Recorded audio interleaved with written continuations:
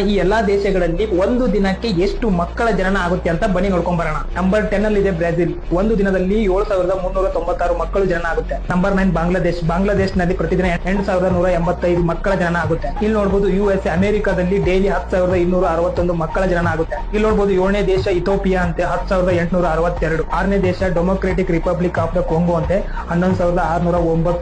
Number 5 Indonesia 12,148.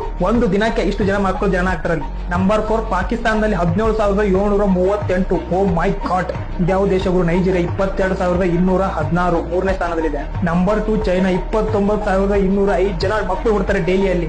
Number 1 ನೋಡ್ಬೋದು, ದೊಡ್ಡ tower open ಆಯ್ತು ಗುರು. ಇದು ಯಾವ ಗುರು ಟವರ್ ಇದು? ನಂಬರ್ 1 ಇಲ್ಲೇ. ಇಲ್ಲಿ ನೋಡ್ಬೋದು, ನಾ ಹಿಂಗ್ ನೋಡ್ಬೇಕಾಗುತ್ತೆ, ಮೇಲೆ ಇದೆಯಲ್ಲ ಟವರ್ ಗುರು, ಹಿಂಗ್ ನೋಡ್ಬೇಕಾಗುತ್ತೆ. ಅಲ್ಲಿ ನೋಡಿ ಇಲ್ಲೇ ಮೊಬೈಲ್ ಅಲ್ಲಿ 63,169 ಅಂದ್ರೆ ಒಂದು 63,000 ಪ್ಲಸ್ ಒಂದು ದಿನಕ್ಕೆ ಮಕ್ಕಳು ಹೊಡ್ತಾರೆ ಇಂಡಿಯಾದಲ್ಲಿ. ವಾವ್. ಇನ್ನೂ ಒಂದು